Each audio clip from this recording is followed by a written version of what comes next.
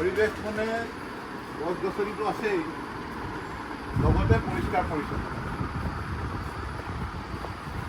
এতিয়া আমি য'ত গ'লে দেখোঁ যে খুব পলিথিন পৰা থাকে ৰাস্তাত, হয় নহয়? আমি য'ত থাকোঁ দোকান চোকান কৰোঁগৈ চাৰিআলিবিলাকত একদম লেতেৰে পেতেৰে পলিথিন চলিথিন, সেইটোও পৰিৱেশৰ ভিতৰত যে পৰিৱেশটো ইয়াৰ বেয়া। য'ত চফা চিকুণ দেখিবা যে পৰিৱেশটো ইয়াত ভাল। সেইকাৰণে পৰিৱেশ মানে অকল গছ গছনি আমাৰ এনেকুৱা ধৰণে গৈ আছে যে পৰিৱেশ মানে গছ গছনিয়ে বুজাইছে।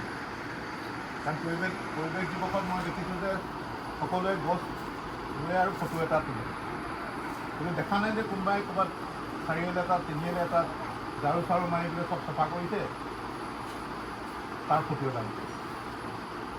সেইকাৰণে তোমালোকে মনত ৰাখিবা পৰিৱেশ, এনভাইৰনমেণ্ট মানে গোটেই পৰিৱেশ, অকল গছ গছনিটোৱে নহয়।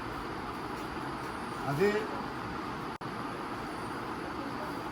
কেতিয়াও তোমালোকে ৰাস্তাত চিপছ পেকেট খাই মৰ্টন পেকেট খাই ৰাস্তাত পেলাই নিদিবা। যদি বেগ চেগ থাকে বেগত ভৰাই লৈ আহিবা, নহ'লে হাতত লৈ আহিবা। আৰু ঘৰত সদায় জাবৰ জোঁথৰ পেলোৱা জেগা এটা ৰাখিবা। এতিয়া বহুত মানুহৰ মই ঘৰত গ'লে চাওঁ যে য'ত ত'ত যি টি পৰি থাকে, পৰিৱেশটো বেয়া হৈ যায়। আৰু পলিথিন মাটিত ইয়াত যে ইমান গছ গছনি হৈছে, চবতে যদি বহুত পলিথিন মই পাৰি দিওঁ, সি চব গছ পুলি 10 বছৰ পাছত মৰি যাব। ইয়াতো যদি পলিথিন দি ঢাকি দিওঁ গছ পুলিটো, সি মৰি যাব। কেলে সি মাটিটো মৰি যাব। মাটিটো জীয়াই থাকিলেহে এই যিবিলাক গছ গছনি সেইবিলাক জীয়াই থাকে। সেইকাৰণে বাৰীবিলাকত বহুত মানুহৰ বাৰীত একো বস্তু নোহোৱা হয়। পলিথিনটো পৰি থাকে কিয় তললৈ গৈ থাকে, লাহে লাহে মাটি তললৈ গৈ থাকে প্ৰত্যেক বছৰে। যোৱাৰ বছৰ সেই ওপৰ মাটিটো কাম নাইকিয়া হৈ গৈছে, শিপা চিপা যাব নোৱাৰে। আৰু পলিথিন এটা গলি যাবলৈ হাজাৰ হাজাৰ বছৰ লাগে।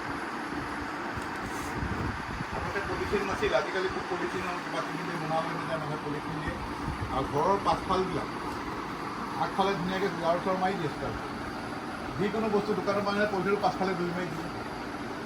সেইকাৰণে তোমালোকে ঘৰত এতিয়াৰ পৰা অভ্যাস কৰিব লাগিব, মা দেউতাক ক'ব লাগিব যে আমাৰ পলিথিন চলিথিন বজাৰৰ পৰাতো ঢেৰ পলিথিন আহে, সেইবিলাক কৰা বুলি এটা জেগা লয়, গাঁত এটা খান্দি এজেগাতে পেলাব, তেতিয়া বাকী জেগাবিলাক চফা হৈ যায়। মই সেইবিলাক চৰাই ৰুওঁ, সেইকাৰণে চৰাই গছ গছনি এইবিলাক মিলিয়ে আমাৰ এইটো পৰিৱেশ তন্ত্ৰ কয়। এতিয়া তোমালোকৰ বাৰু ইমান সৰুতে আজি সৰু সৰু ল'ৰা ছোৱালী এতিয়া পৰিৱেশ ইক'চিষ্টেম ইমান পৰিৱেশ তন্ত্ৰ সেইটো মিলাই থাকে। সেইটো বেয়া, এহেঁতি এইটো লৈ পেলাই অক্সিজেনটো এৰি দিয়ে। আৰু এই জৰি গছ আহঁত গছ দিয়ে সিহঁতি ৰাতিও অক্সিজেনে এৰে, দিনতো এৰে ৰাতিও এৰে। আৰু এইজোপা গছ গৌতম বুদ্ধৰ নাম শুনিছা নেকি? বৌদ্ধ ধৰ্মৰ যোনে প্ৰচাৰ কৰিছিল, এই আহঁত গছৰ তলত বহি তেখেতে বক্তব্য পাইছিল, মানে ইয়াতে তপস্যা কৰিছিল এই গছজোপাৰ তলত। ৰুই পেলাই তোমালোকৰ বয়স হোৱাৰ লগে লগে তাক চাই থাকিবা, মনটো তোমালোকৰ খুব ভাল লাগে।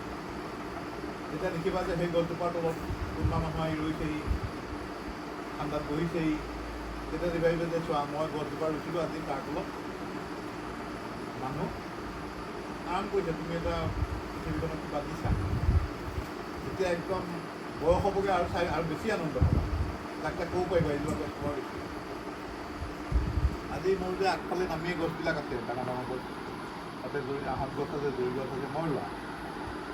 মই আহি পালেই ঘৰলৈ বা ওলাই যাওঁতে দেখিলে মোৰ মনটো ভাল লাগিলে, মই ৰুইছিলোঁ, ইমান ডাঙৰ হ'ল এতিয়া।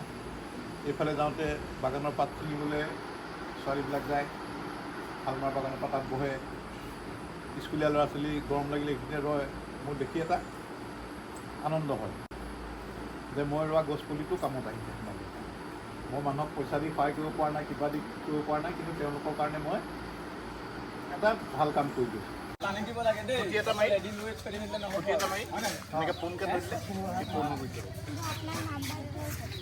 দি আছে মানে খুঁটি এটা মাৰিবা দেই তাত তলত